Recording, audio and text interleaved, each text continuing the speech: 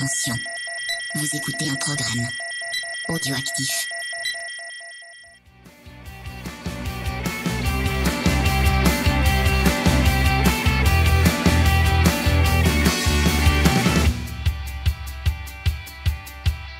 Salut à tous, on se retrouve pour un épisode hors série consacré au début de saison en Super Sport et plus particulièrement au GMT, puisqu'on a avec nous ce soir Rémi Guyot qui est responsable de la communication. Bonsoir Rémi. Salut Cyril. Et évidemment avec nous Pierre. Bonjour tout le monde. Salut à tous. Donc on va faire un rapide rappel. Donc cette année, il y a 2 motos engagées par le GMT donc en Super Sport mondial avec Jules Cluzel et Corentin Perolari. Et on s'était croisés donc avec Rémi en tout début d'année donc pour justement parler un petit peu de cette saison. Et là, on va passer un petit peu plus de temps donc pour revenir sur les 4 premiers grands prix de cette saison 2019. Je l'ai pas rappelé, mais on est quasiment au QG quoi. Maintenant, on est à la Binous, voilà. C'est lundi soir, donc c'est plus calme que d'habitude. Et puis les vacances, je pense qu'il y a tout ça qui joue. Ouais. Voilà. Donc on va attaquer un petit peu le débrief. Bah oui, pas de souci. Voilà. Donc la saison a commencé en Australie. Ouais, vas-y. Bah, en Australie, c'était le grand saut parce que l'année dernière, on était en Super Sport, mais on avait raté quelques courses qui étaient en concordance de date avec l'endurance. Donc là, c'était la première fois que on arrivait en Australie avec 2 motos qui étaient prêtes. Parce que l'année dernière, on est arrivé en Australie avec Mike Dimiglio un petit peu dans le flou. On commençait dans la catégorie. Là, en Australie, on avait déjà pris un petit peu d'expérience l'année précédente. On arrivait avec Jules Cluzel en plus, qui était, je dirais, le fer de lance de l'équipe et puis même de l'armada française du Super Sport. Ouais. Donc, le GMT devait pas se rater quand ils sont arrivés en Australie. Et ça s'est plutôt bien passé. Jules, il fait deuxième. Et Corentin termine, il me semble, 7ème. C'est ça, ouais. Alors, Corentin, il avait eu un petit problème de pression de pneus sur la grille de départ. Il avait dû partir en dernière place. Et il avait fait une excellente course parce qu'au premier virage, il en sort 14ème. Ouais. Puis après, il entame une remontée, il finit à la 7ème place. Donc, franchement, pour Corentin, c'était une super course. Bien sûr, ça aurait pu être un peu mieux s'il n'avait pas connu ce petit désagrément. Et pour Jules, une 2ème place qui était un petit peu chanceuse parce que Caricasulo avait eu un problème au moment du passage au stand pour changer le flag to flag, le flag to flag. Voilà. Donc il y avait un petit problème de béquille arrière. Et donc Jules en a bénéficié et fini 2ème. Il y avait eu aussi une petite, on avait senti une performance moteur du côté du GMT un peu moins performante par rapport à la Bardal. Ouais. Surtout dans la ligne droite des stands, on avait vu il y avait vraiment une différence. Malgré ça, Jules, il a réussi à en tirer le maximum de sa Yamaha R6 et puis il termine avec la 2ème place. Donc c'était de bon augure, même si on savait que pour la Thaïlande, il fallait se préparer parce qu'il y a encore un circuit avec des grandes lignes droites où il fallait avoir un beau moteur. Et puis c'est ce qui a été le cas pour la suite parce que ça a plutôt bien fonctionné à ce niveau-là. Ouais, puisque ça a poursuivi donc en Thaïlande mi-mars. Et première victoire, on l'a pas rappelé, mais c'était le premier podium pour le GMT en vitesse, avec la 2ème place de Cluzel. Et donc là, c'était la première pole en vitesse pour Jules. Oui, la première pole. Pour le GMT, pardon. Oui, pour le GMT, oui, pour Jules, il en avait un petit paquet déjà avant. Voilà. Mais non, et puis c'était le premier podium en Australie, il faisait forcément plaisir parce que en 2006, on était en Super Sport avec David Checa, il avait fait des 4ème places à l'époque, on va dire à la belle époque du Super Sport, même si aujourd'hui ça l'est encore un très beau championnat. À l'époque, il y avait des noms qui vont résonner comme Charpentier, Kevin Curtain. C'était à l'époque du Superbike avec des Haga, des Corsair. C'était une époque du Superbike qui fait rêver. Et puis là, le premier podium, il a fait office de récompense, surtout à la première course de la saison. Et la première première victoire en Thaïlande, forcément, ça fait rêver. Ça a fait rêver surtout Christophe, qui lui est tant passionné de vitesse, qui a lâché l'endurance parfois, qui était... c'était un petit peu douteux comme lancement. On sortait de l'endurance où on était favori. Et puis on arrive en Super Sport. C'est ça, on arrive en Super Sport un petit peu... en tant que par la petite porte. Et donc là, cette victoire, cette pole dès le 2ème course, et puis Corentin qui en plus est performant aussi pendant le week-end, c'était forcément que du bonheur. Ouais, il s'est passé une grosse frayeur pour Corentin en début de course en Thaïlande. Oui, en Thaïlande, ouais. Donc il part un petit peu loin, la 15ème place. Il avait eu des difficultés pendant le week-end, parce qu'il faut savoir que Corentin, il a fait seulement, on va dire, une demi-saison l'année dernière avec nous. Donc l'Australie, la Thaïlande, il connaissait pas, et puis là, il connaîtra pas Imola aussi. Donc il y a 3 circuits qu'il doit découvrir. Et la Thaïlande, il a eu un petit peu de difficulté, pas à découvrir le circuit parce qu'il est très fort pour ça, mais c'était en termes avec la moto, la chaleur, il y avait beaucoup de choses. Il a perdu beaucoup de temps voilà, dans les stands aussi. Donc il part 15e, et dès le premier virage, en fait, il y a un contact devant lui avec Badovini qui chute, et il passe par-dessus la moto avec une cascade. Une belle photo. Voilà, une belle photo. Et il repart dernier du coup à la sortie du premier virage, donc une deuxième fois il part dernier, et puis il remonte 11e, donc voilà, et en plus il repart à la fin de la Thaïlande 6e au championnat. Donc un peu inespéré, parce qu'après une 7e place et une 11e place, repartir 6e, voilà, c'est assez inespéré. Et donc on pourrait voir le verre à moitié vide en se disant qu'il aurait pu faire beaucoup mieux et peut-être être 4e ou 5e du championnat en repartant. Mais là, franchement, au vu des événements, il peut vraiment être content, même de lui, parce que voilà, il n'est pas fini par terre, il a su faire preuve de calme, pardon. Et franchement, c'était 2 belles courses pour Corentin. Justement, quand Corentin découvre un circuit comme ce qui s'est passé, est-ce qu'il a beaucoup de soutien de la part de Jules? Est-ce qu'il y a un gros partage de données? Est-ce qu'il y a un partage d'expérience entre les 2 pilotes? Alors il faut savoir que par exemple Corentin, quand il connaît pas le circuit, il va faire le tour à pied la veille, donc déjà pour repérer les virages. Jules il va pas forcément le faire parce qu'il c'est déjà beaucoup d'années qu'il en fait les tours, donc il n'en a pas forcément besoin, et puis l'expérience aussi lui sert. Après, Corentin, il a assez incroyable à ce niveau-là, c'est que il dit je vais y aller calmement les premiers tours pour découvrir, et puis au final il se retrouve souvent derrière quelqu'un en fait dès les premiers tours, et au final il roule plus vite que la moitié du plateau sur son tour de découverte. D'accord. Et puis au final en 3 tours il est dans le rythme le rythme dans lequel il est sur les circuits qu'il connaît, et donc en fait le partage d'expérience il se fait pas vraiment, parce que même rien qu'à la mi-séance il est déjà dans le rythme. Donc ça c'est vraiment impressionnant concernant Corentin. Et puis une fois forcément que la séance est finie, de manière générale il y a toujours un partage de données dans le box du GMT. Jules il est vraiment très exigeant sur les réglages, il a besoin d'être vraiment en confiance sur la moto, il faut qu'il ait une moto qui soit vraiment bien réglée. Corentin ça va être plus le talent brut, qui va juste avoir besoin d'une moto saine. Et puis après c'est lui qui fera le reste. Voilà, il se débrouillera d'une manière ou d'une autre. Jules aussi forcément, parce que c'est quand même un top pilote, mais voilà, pour vraiment être compétitif, être capable d'être le premier, Jules a besoin d'avoir le petit clic voilà, par-ci par-là pour être en mesure d'être en tête. Ça se comprend. Mais après, tu veux dire qu'en gros, il n'y a pas de paravent dans le box comme il y a eu à l'époque entre Lorenzo et Rossi. Il n'y a pas de guerre de pilotes. Enfin, ça se voit. Donc oui, ça se sent. Mais c'est plutôt une bonne chose. Ouais, c'est une excellente chose. De toute façon, même Corentin est allé passer quelques jours en vacances chez Jules. Donc, c'est même en dehors de la piste, ils s'entendent bien. Corentin, c'est quelqu'un de très enthousiaste, de très souriant. Et donc, forcément, Jules, lui, qui a connu, je dirais, des coéquipiers parfois ou des ambiances dans des équipes qui ne devaient pas toujours être très marrantes. Quand tu arrives dans une équipe avec un pilote qui sourit et puis une équipe qui sourit, bah forcément, tu souris aussi. Et puis, du coup, bah, lui, il a accueilli toute l'équipe et Corentin à bras ouverts. Et puis, au final, lui, la collaboration, elle a même pas été demandée, quoi. Ça a été naturel de sa part de parler avec Corentin, de demander comment il se sentait sur la piste, notamment, on en verra tout à l'heure, mais à Assen ou à Aragon, quand il faisait froid, bah forcément les pilotes se posent des questions. Donc là, d'avoir un coéquipier, c'est très intéressant, parce que on peut se dire fais attention là, fais attention dans ce virage. Donc Jules a ce genre de mots vis-à-vis de Corentin, qui des mots qui sont sympas pour un jeune pilote. Et puis ça tire Corentin. De toute façon, quand un pilote qui joue devant, ça le tire aussi, lui, ça le motive. Donc franchement, une super ambiance. Donc on va passer l'arrivée en Europe avec le Grand Prix d'Espagne à Aragon, où Jules donc fait 4e en qualif, 5e en course, et Corentin fait 8e en qualif et 6e en course. Tu parlais d'une piste justement qui était assez froide à ce moment de l'année. Oui, c'était ça.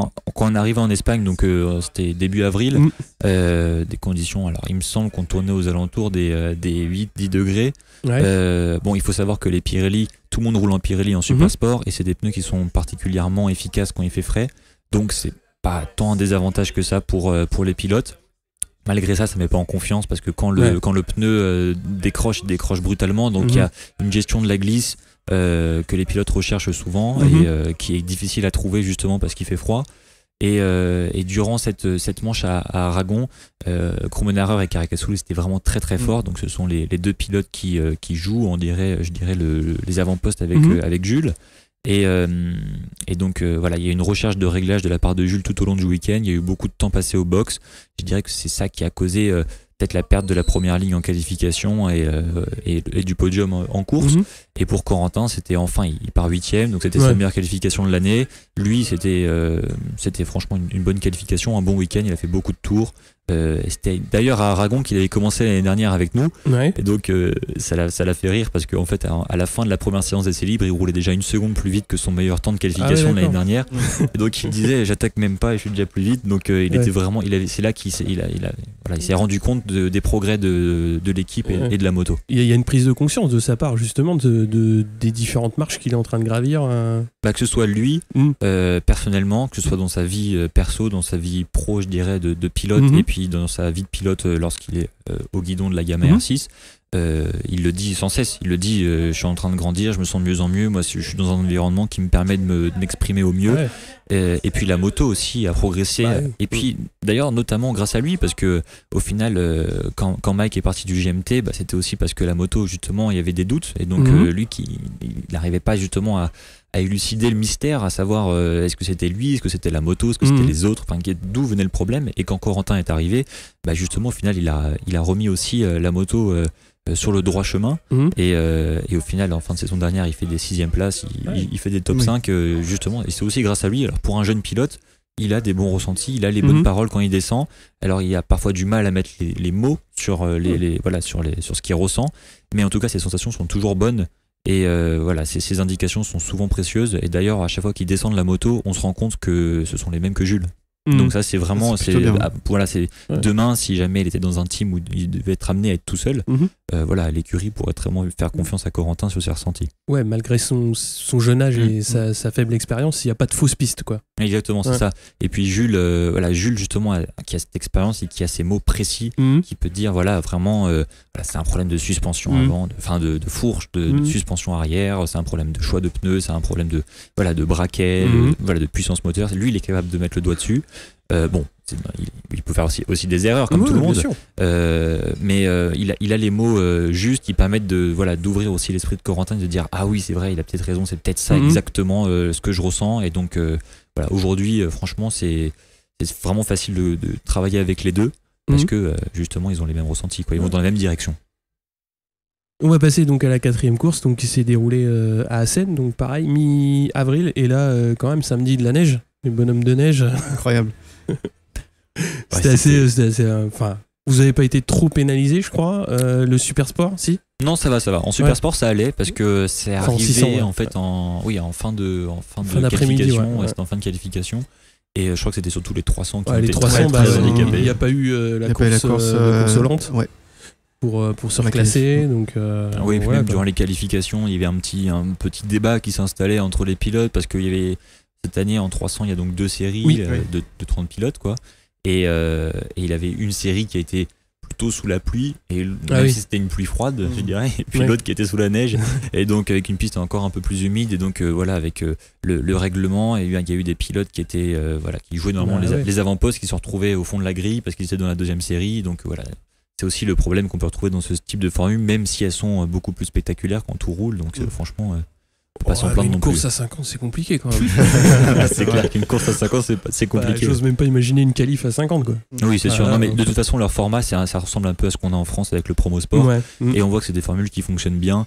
Ça permet d'accepter plus de monde. Là, mieux vaut quand même ouvrir son championnat que de le fermer à 30 pilotes. Donc, et puis aujourd'hui, on voit qu'il y a beaucoup de Français, beaucoup de pilotes, beaucoup de nationalités, beaucoup de motos. Donc, c'est que du positif pour le championnat. Ça offre des belles opportunités à beaucoup de monde de se montrer. C'est pas négligeable, quoi. Et donc sur ce Grand Prix des Pays-Bas, donc Jules a fait 6e en qualif, Corentin 9e, et en course Jules 4e et Corentin 6e. Oui, c'est ça. Donc Assen, c'était un petit peu le second souffle du GMT parce que c'était on arrivait des évolutions moteurs à l'arrivée d'Assen, et donc là on a pu sentir Jules vraiment satisfait de la moto à tous les points. Quand elle est descendue de la course, c'était vraiment alléluia, c'est bon, on est dedans, quoi. À Imola, on va être bien, quoi. parce que là, pareil, durant les essais, beaucoup de temps perdu au box à essayer d'optimiser le braquet, les réglages. Et bon, durant la course, Jules s'était fait un peu gêner par De Rosa avec un dépassement viril, je dirais. Et bon, il aurait pu faire podium. Voilà, il y a quelques points de perdus, mais rien de bien grave parce qu'on sait très bien qu'au début de saison, depuis que Krummenacher est en super sport, il est excellent sur les 4 premières courses. Assen, c'était la course sur laquelle il était le meilleur. Et Jules a été capable de le concurrencer durant une bonne partie de la course. Au final, c'est Caricasulo qui gagne. Donc voilà, ces deux pilotes on le sait, ils sont très bons en début de saison. Caricasulo sera sûrement peut-être le plus féroce des deux parce que à mi-saison et même en fin de saison, il reste très constant. Krummenacher, l'année dernière, on s'en souvient, il s'était battu avec Corentin en fait en fin de saison. D'accord. Donc pour il y a eu un coup de top mou, 6, un petit coup de mou en fin de saison. Donc voilà, pour Jules, c'est quand même des points de marqué. Il aurait pu tomber. Franchement, c'était des genres de courses où on tombe parce que justement, on n'y arrive pas. On est à un petit dixième, on se fait décrocher petit à petit. Où tu surroules un peu et puis tu fais la petite erreur qui te fait perdre. Mine de rien, quand t'es 4ème, tu fais 16 points. Exactement. Donc c'était une bonne course pour Jules, des bons points de marqué. Pour Corentin, voilà, il fait 6ème à nouveau. Il repart de Assen à 6 points de la 4ème place. Ouais. Dans un championnat du monde, au début de ta première saison complète en mondial, d'être 6ème après 4 courses et puis à 4 points de la 4ème place, franchement, c'est assez bien. Tu parlais d'évolution moteur, il y a eu quoi comme évolution concrètement ? Alors en fait, il faut savoir que on peut en parler, oui, en fait la différence majeure, c'est que le team de Krummenacher et Caricasulo, le préparateur est un privé, si je peux dire, c'est-à-dire que c'est une personne qui facture des préparations de moteurs, qui s'appelle Marcus Eschenbacher, et qui, en fait, c'est aussi le chef mécano ou l'ingénieur, je sais plus, ingénieur, je crois, de Johan Zarco chez KTM. C'est lui qui a fait les moteurs pour Aprilia MotoGP auparavant. Il travaillait avec Yamaha il y a très longtemps, donc c'est là qu'il a appris à faire d'excellents moteurs pour les R6. Et tous les très bons moteurs qu'on va retrouver dans les teams privés, c'est souvent lui qui est derrière et c'est quelqu'un de privé qui facture les moteurs. Du côté du GMT, c'est Yamaha directement, c'est Yamaha Europe, donc c'est Andrea Dozzoli, le responsable racing de Yamaha, qui est derrière et qui emploie Bruno, qui est donc celui qui faisait les moteurs de Luca Mayas l'année dernière au GRT et qui cette année s'occupe des moteurs du GRT aussi en Superbike. Et donc on passe par eux. Et donc c'est en collaboration avec Grégory qui travaille au GMT et Bruno de Yamaha Europe qu'il y a une préparation moteur. Donc Grégory va souvent en Belgique parce que Bruno est belge et donc il y a des échanges qui s'établissent entre les deux. Et puis après la préparation moteur concrètement dans un super sport, c'est assez réglementé. Donc on n'a pas le droit de faire grand chose, sachant qu'on est limité en termes de moteur durant l'année. Donc ça va surtout être des arbres à cam à tester, une préparation de culasse qui va être particulière, et c'est surtout ces deux axes qui vont être optimisés pour essayer d'aller chercher 1, 2, 3 chevaux. De toute façon, on va pas chercher beaucoup plus parce qu'on ne cherche pas à comprimer trop parce que voilà, il faut que le moteur fasse un certain nombre de kilomètres et donc il faut quand même le préserver. Donc voilà, on est assez entre la recherche de performance et une fiabilité. Voilà, donc c'est un équilibre qu'on a pour l'instant trouvé parce qu'on n'est pas pénalisé par le nombre de moteurs nous au GMT pour l'instant. Et donc ça arrive avec le temps, justement, on arrive avec des pièces grâce à Yamaha à progresser. Forcément ça va pas assez vite parce que quand il y a une course voilà, on aimerait que ce soit pour la prochaine, mais en tout cas à Assen c'est arrivé, et puis Jules on était vraiment content, Corentin aussi, parce qu'ils ont la même moto, tout pareil, le même réglage, même moteur, ils ont tout pareil, donc les deux pilotes étaient très contents.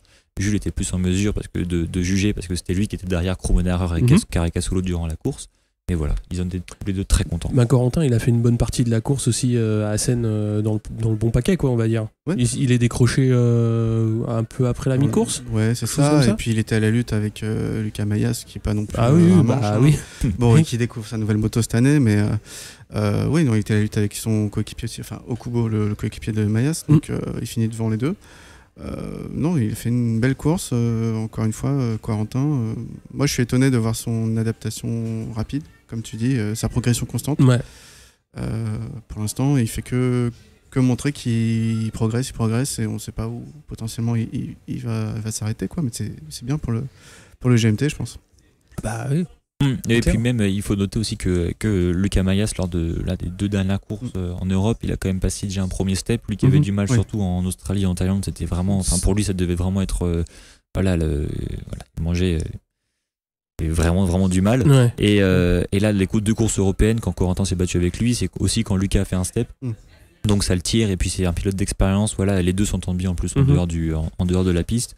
Donc voilà, c'était assez sympa, je pense, pour lui de battre entre guillemets le plus ancien, des deux. Mais Lucas, je pense que durant la saison, il va être capable de faire de belles choses parce que là, il était franchement à la régulière, il aurait pu jouer le podium. Il a un peu perdu en fin de course à Assen, mais c'était la première fois de la saison qu'il avait été enfin en mesure de pouvoir jouer le top 3 durant les essais sous la pluie. Ça avait été le plus rapide. Donc franchement, moi Lucas, je miserais sur lui, même peut-être pour une victoire en fin d'année, pourquoi plus que pas. des coups donc, en fin de saison, quoi. Ouais. Non, franchement, c'est bon courage à Lucas parce qu'il a vraiment dû avoir du mal au début, un changement difficile, et puis c'est quand même un pilote français qui roule devant, et c'est toujours plaisant pour sport moto français d'avoir des Français qui roulent devant. On va faire un petit point championnat justement au tiers. Donc c'est Krummenacker.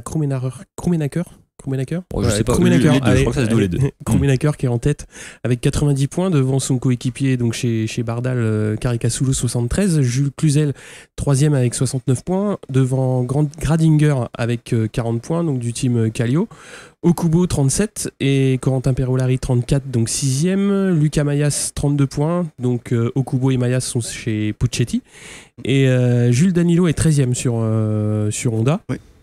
Donc ouais, on a fait le tiers du championnat, 21 points, c'est... Moi, ce que je vois du classement après 4 courses, c'est qu'il y a clairement le trio Cluzel, Caricasulo, Krummenacker qui se détache déjà. Il y a déjà un gros trou, quoi. Donc voilà, il y a plus de 29 points d'écart. Donc Cluzel, il a ses adversaires. Après Perolari, pour l'instant, Corentin, il est dans le deuxième lot, on va dire, pour viser une 4e place au classement général à la fin de la saison. Là, rien n'est perdu pour lui, au contraire. Mais c'est intéressant par rapport à ce que tu as dit tout à l'heure, que les Yamaha du team Bardal, c'était un moteur privé, parce que c'était une question que j'allais te poser. Effectivement, on a vu les Yamaha Bardal très... Bon, les pilotes sont pas des manches, mais notamment en Australie, c'était choquant de voir à quel point Cluzel ne pouvait rien faire contre ces deux motos. Là, tu considères qu'après Assen, les motos de Jules Cluzel, de Corentin sont au même niveau de performance que les Yamaha Bardal? Après, c'est compliqué de comparer vraiment d'un point de vue puissance, sachant qu'on fait pas les tests moteurs sur le même banc. Voilà, on sait que sur deux bancs différents, deux marques différentes, on n'a pas les mêmes sorties en termes de chevaux. Mais par contre, à Assen, c'était la première fois que Jules a été capable de prendre l'aspiration de l'un des deux. Alors, je sais plus si c'était Krummenacker ou Caricasulo, mais il a pu le doubler à l'aspiration. Donc déjà, ça c'est plaisant de se dire, au moins quand je suis derrière lui, je peux le doubler en ligne droite. C'est-à-dire que je peux avoir une stratégie. Si jamais la ligne d'arrivée est un peu loin dans la ligne droite, je peux le doubler à la fin. Voilà, je suis pas obligé de le doubler dans le dernier virage. Et puis, ça ouvre des portes, quoi. Ça ouvre des portes, voilà, des possibilités. Ça permet de prendre moins de risques aussi de doubler dans les virages, des fois un peu plus, quand c'est un peu plus tendu. Mais donc voilà, franchement, à partir de Imola, même en fin d'année, de toute façon, le moteur ne sera pas du tout un handicap pour Jules. Et pour Corentin d'ailleurs aussi. Et oui, puisque Imola, c'est dans quoi? C'est dans 10 jours maintenant? C'est dans 10 jours. Est-ce que, alors tu me corriges si je me trompe, mais j'ai entendu parler, c'est peut-être pas à Imola, que Kenan Sofoglou il allait faire une pige, une wildcard, c'est pas Imola je crois? Imola ou Misano, l'une des deux, parce que Puccetti est un team italien. Alors c'est pour ça, c'est sûrement pour ça. Donc voilà, après, quelle en est vraiment la raison, je suis pas dans le team donc je sais pas trop, mais je pense que c'est surtout le fait que pour Puccetti c'est important d'avoir des motos qui jouent devant. Là Lucas il a passé un step, Okubo aussi parce qu'il joue avec Corentin alors que ça a été aussi un peu compliqué pour lui en début de saison, et donc d'avoir Kenan ça permettra de mettre une chance en plus pour éventuellement faire un podium en Italie. Je pense que pour le team Puccetti ça doit être très, très important pour eux. S'il fait des wildcards comme Pasini en Moto 2, c'est bien. Sofoglou, les wildcards, souvent, ça faisait mal, quoi. Après, vis-à-vis du championnat, là, on a vu que Cluzel, Jules a 69 points. Alors, il avait le même nombre de points l'année dernière. Alors, je crois qu'il en avait 61, mais à 8 points près, il était deuxième au championnat, juste derrière Cortese. Et là, Krummenacker, il en a 90. Alors, j'ai pas regardé les années d'avant, mais je pense que ça fait un bon paquet d'années que c'est pas arrivé parce qu'il a fait premier, deuxième. Donc, en termes de performance et puis de challenge pour le Supersport cette année, pour Jules, c'est vraiment un vrai défi parce que c'est rare que deux pilotes dans un même team, roulent dans un même team et soient aussi performants.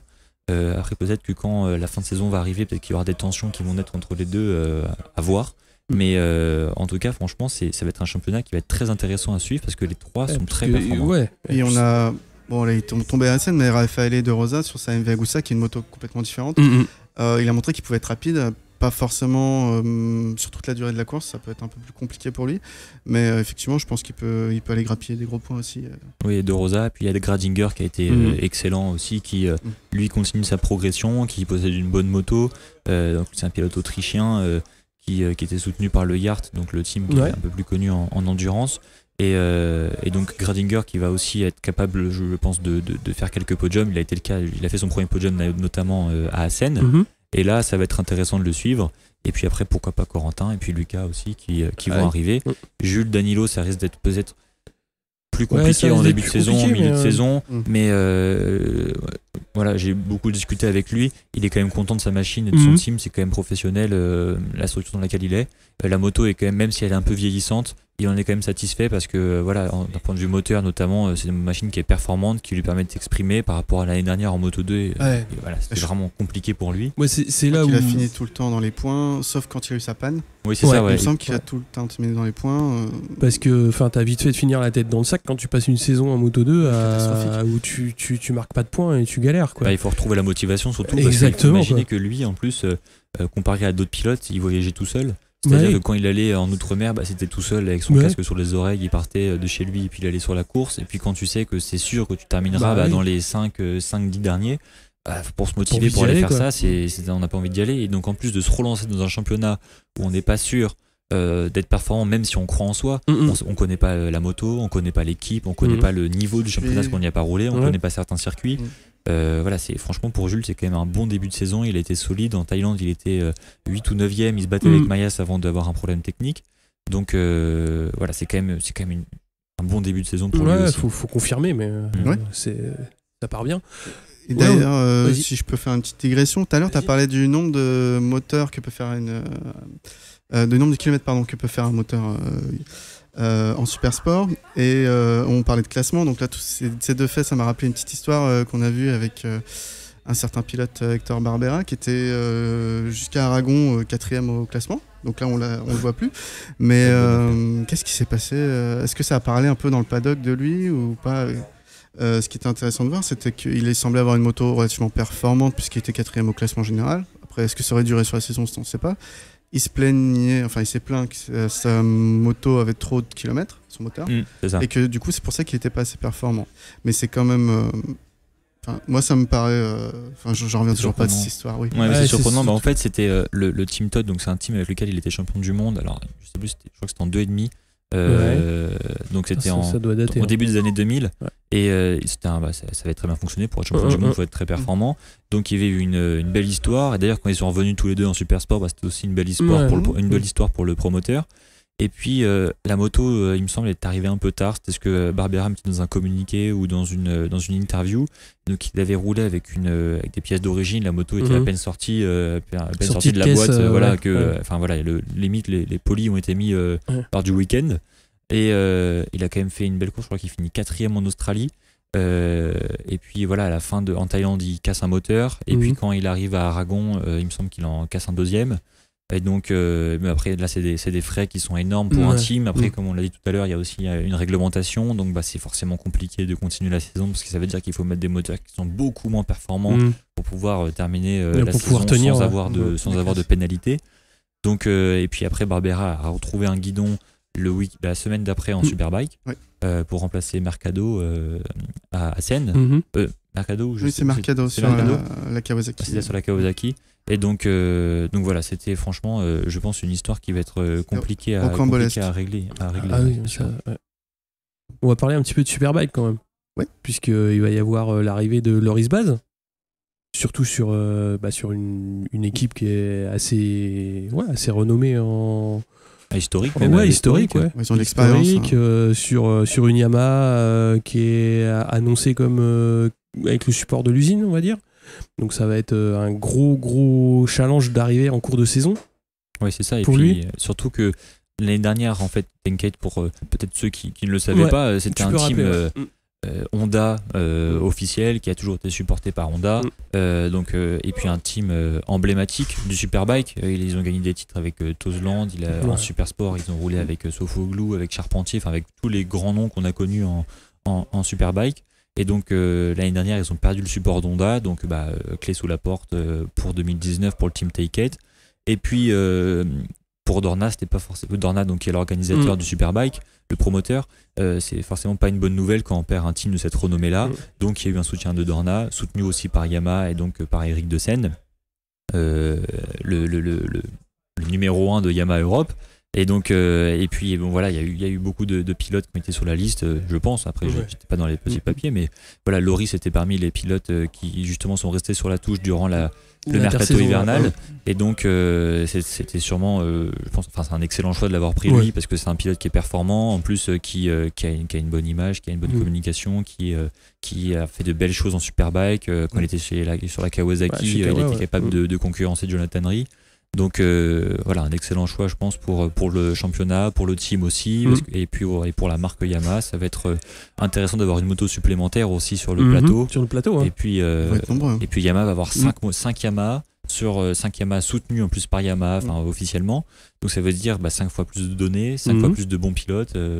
Donc ça va être que de bonnes choses pour le championnat et pour le progrès de la Yamaha R1 aussi. On a vu que la Yamaha à Assen avait battu Van der Mark, donc chez lui aussi, avait battu Rea pour la 2e place sur le podium sur une course. Donc c'est pas rien. Enfin, la Yamaha est performante cette année, contrairement à la Honda qui depuis quelques années. Donc l'un dans l'autre, le team Tenket ne perd pas grand chose au changement, même si les circonstances effectivement de. Ils perdent pas grand chose au mois de mai, quoi, au mois d'avril. Voilà, ils ont perdu 6 mois. Largués au mois de je pense que surtout ce qu'ils ont perdu, c'est leur stabilité, dans le sens où avec Honda, c'était une histoire, c'est un petit peu comme si je pense on décrochait le GMT de Yamaha, ou qu'on décrochait Valentino Rossi de Yamaha. C'est ce genre de lien qu'il y a que les gens font rapidement. En fait, le Tenkate était Honda, et donc c'est un petit peu c'est une histoire à reconstruire aussi, une stabilité à reconstruire. Voilà, retrouver des partenaires, des sponsors qui permettent dans 5 ans, dans 10 ans de passer de Yamaha à Honda, à Kawasaki, à Ducati pour le team Tenkate. Donc voilà, et puis je pense d'avoir un pilote comme Baz, ça va être vraiment quelque chose de positif pour eux, parce que c'est une valeur sûre du Superbike, c'est un pilote qui a fait toutes ses preuves, donc voilà, pas de doute vis-à-vis du pilote, c'est déjà une bonne chose pour une équipe. Oui. Qu'est-ce que t'en penses justement de cette grosse domination en Superbike de Ducati? Ce qui est intéressant, j'ai vu la course de championnat Superbike l'année dernière, la semaine dernière anglais, Superbike anglais, et on a vu que les deux Yamaha étaient donc c'était Mackenzie et O'Halloran qui ont surdominé la première manche. Après, à savoir qu'en Superbike anglais, il n'y a pas d'électronique comme le launch control, l'anti-cooling, tout ça, donc c'est tout au pilotage. Et là, on s'est rendu compte que la Ducati avait eu un petit peu plus de mal, contrairement à ce qu'on voit en Superbike avec Bautista. Donc je pense que la moto fait pas tout. C'était un peu pour revenir à ça, je voulais faire le lien pour ça. C'était dans le sens où Bautista, il faut souligner que c'est un excellent pilote. Quand il a fait une wildcard avec la Ducati officielle en MotoGP, il finit 4ème. C'est un pilote qui est champion du monde en Grand Prix. Voilà, franchement c'est un top pilote, et puis quand il arrive dans des conditions comme celle dans laquelle il est arrivé, dans un team officiel, avec au bon moment, avec la bonne moto, bien entouré, avec vraiment le soutien de l'usine derrière lui, parce qu'il était passé de la Ducati du team Angel Nieto à la Ducati Superbike. Voilà, c'est que du positif pour lui, et puis on l'a vu avec son coéquipier Chase Davis, c'est quand même pas c'est quand même pas un âne, il roule vite aussi, il sait rouler vite, il a eu beaucoup de mal au début avec l'adaptation et tout ça, et puis Bautista, c'est dès le début, il a été excellent, quoi. Donc c'est même si pour le championnat, une fois de plus, il peut y avoir des détracteurs pour dire que ça perd un petit peu un côté spectaculaire, comme on a vécu les 4 dernières années avec Jonathan Rea à la Kawasaki. Maintenant c'est la Ducati avec Bautista, donc mais malgré ça on peut que souligner l'incroyable performance, parce qu'il faut quand même le faire, 9 victoires. Ah oui, non, moi j'ai pas de doute, la moto c'est une bonne moto, ça on n'en doute pas, mais comme tu as dit, il y a le pilote qui fait beaucoup de choses. On voit Jalen Laverty ou Chase Davis, ils ont eu beaucoup plus de mal à la maîtriser. Après c'est pas forcément, ils n'ont pas l'habitude du V4, etc., donc ça change beaucoup de choses, mais on voit qu'ils ont été plus performants, justement Davis et Laverty sur les dernières courses. Mais de là à les concurrencer, enfin ils sont dans le même panier que Rea ou Van der Mark, ils sont toujours à 10 secondes de Bautista en fait. Ouais, c'est ça, et puis après la Dorna a essayé de faire quelques petites réglementations vis-à-vis des tours moteurs, donc de réduire de 500 tours, une nouvelle fois de 500 tours à Assen, pour essayer de niveler un petit peu la différence entre les machines. Donc ça faisait un petit peu sourire du côté de Ducati, parce que c'est absolument rien du tout, c'est vraiment minime ce qu'ils leur font perdre. Et je dirais que le vrai souci vis-à-vis de ça, si on pouvait critiquer éventuellement quelque chose dans le règlement, c'est le fait que aujourd'hui, pour rouler en Superbike, il faut que ce soit une moto qui soit vendue dans le commerce. Aujourd'hui, la Kawasaki ZX-10R, elle est vendue, je vais dire, à la fourchette entre 18 000 et 20 000 euros. La R1, c'est pareil, la BMW, c'est pareil. Et il manque peut-être une marque. La Honda, c'est pareil. La Ducati, elle en coûte le double.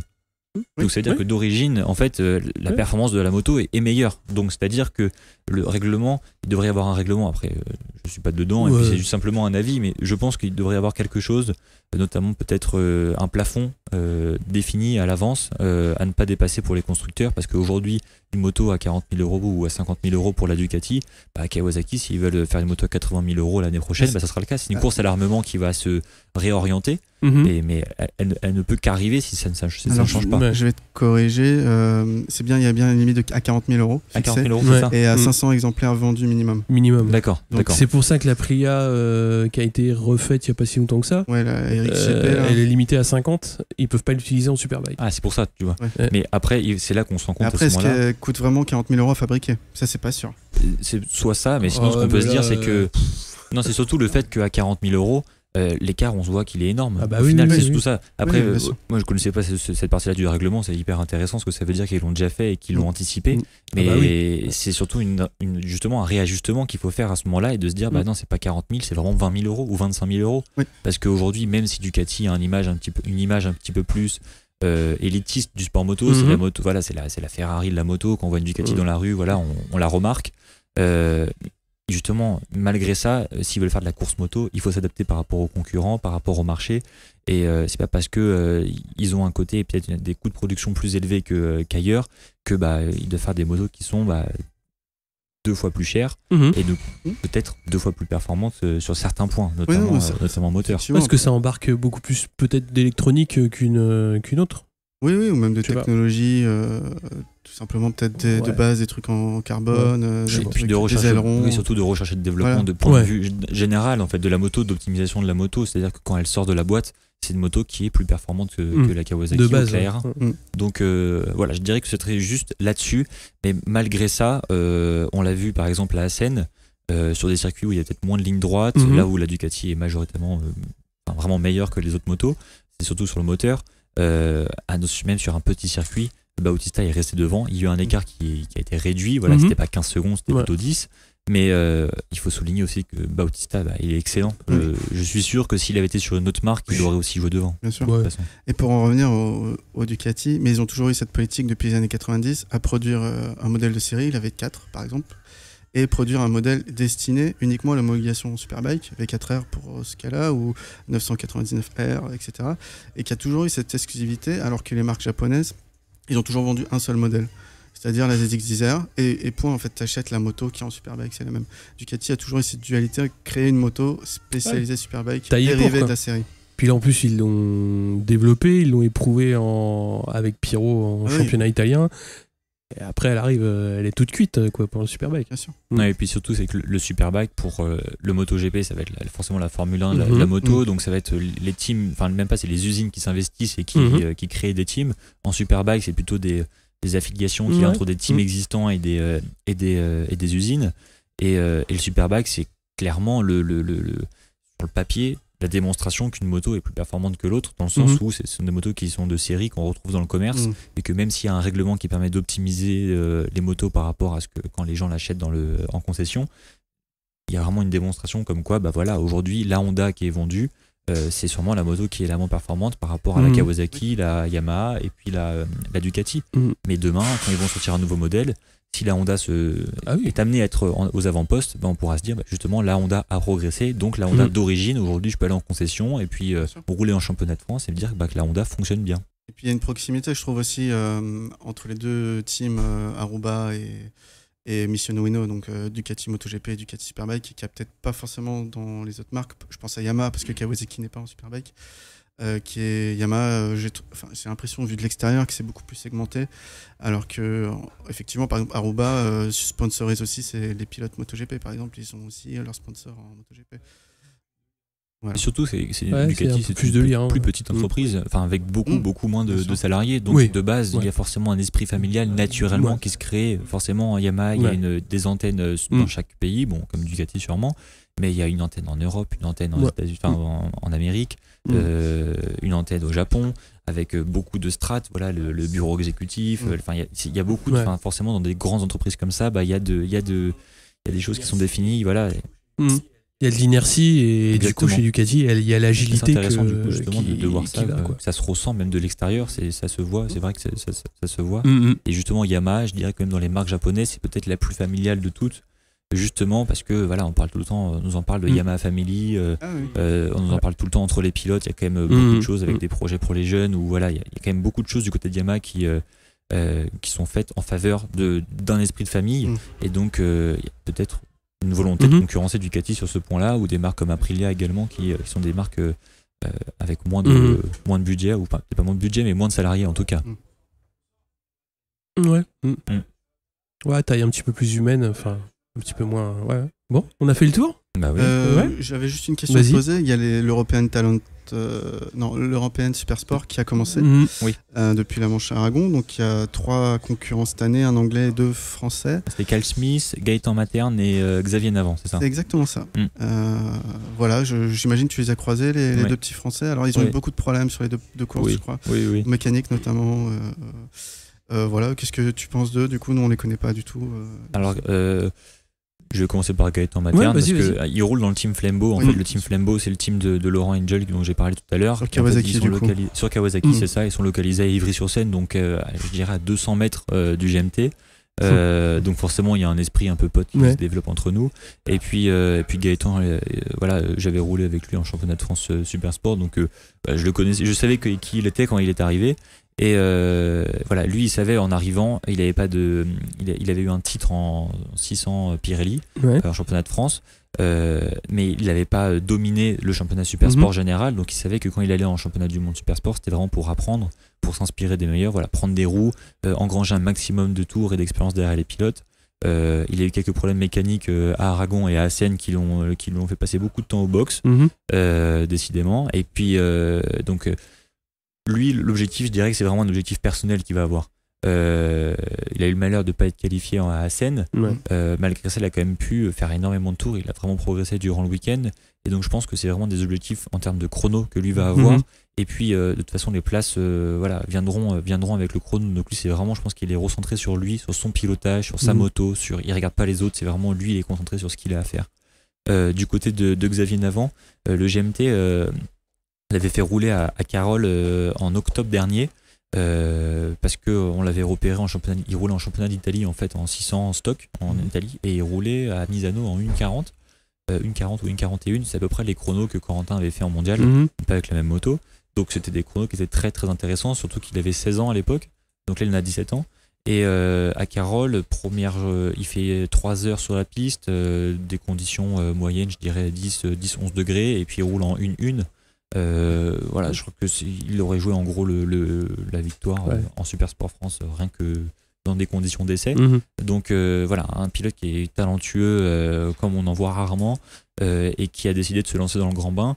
Le GMT lui avait fait une proposition, mais pas pour du mondial complètement, c'était pour rouler en championnat Super Sport France complètement. Donc au GMT, aucun pilote ne paye, donc lui c'était tout frais payé pour le pilote.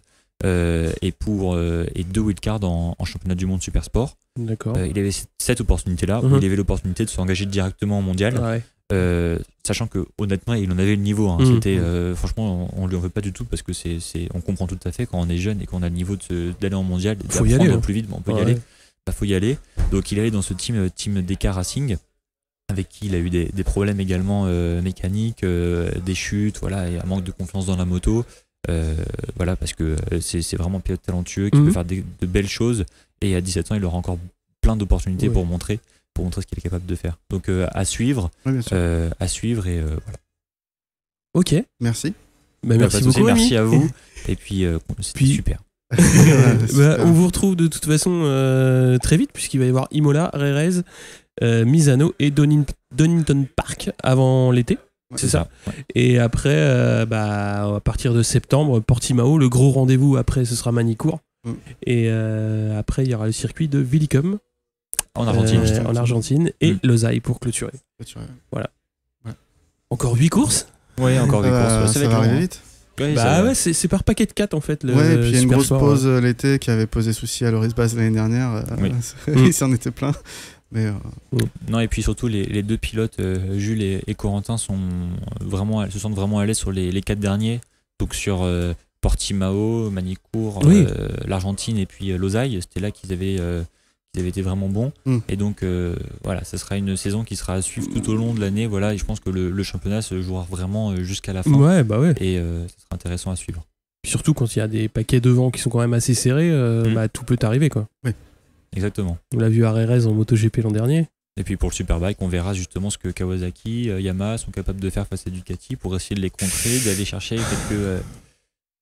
au moins une victoire. Au moins une victoire, quoi, pour essayer de... le premier qui bat Bautista, il est déjà en je train crois qu'il a la double dose de champagne, non? Je crois qu'il est déjà en train d'exploser tous les records de victoires consécutives. Déjà 11? Oui, alors il est en train de battre...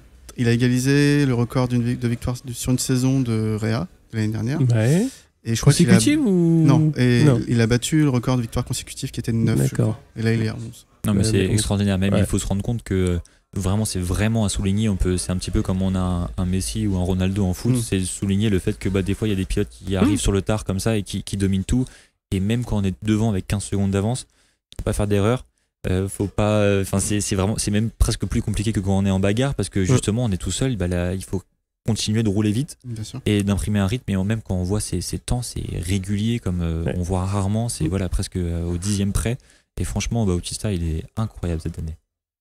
C'est pour ça que tout le monde parle d'un retour éventuel en MotoGP dès l'année prochaine. Après, on verra, mais... C'est toi qui signes. Non, mais en tout cas, après, c'est le genre de clause qu'il peut y avoir dans un contrat lorsqu'on fait descendre un pilote qui a sa place en MotoGP. Bien sûr. En Superbike, ça peut très bien être ce genre tu descends, tu plies tout le monde et puis tu remontes, quoi. Donc, et puis on ramène le titre aussi à Bologne pour Ducati, c'était aussi ça l'objectif. Ça fait longtemps qu'ils n'ont pas gagné. Bon, merci à vous, merci beaucoup, merci et puis à la prochaine. Bonne saison. Merci Bonne à saison. vous.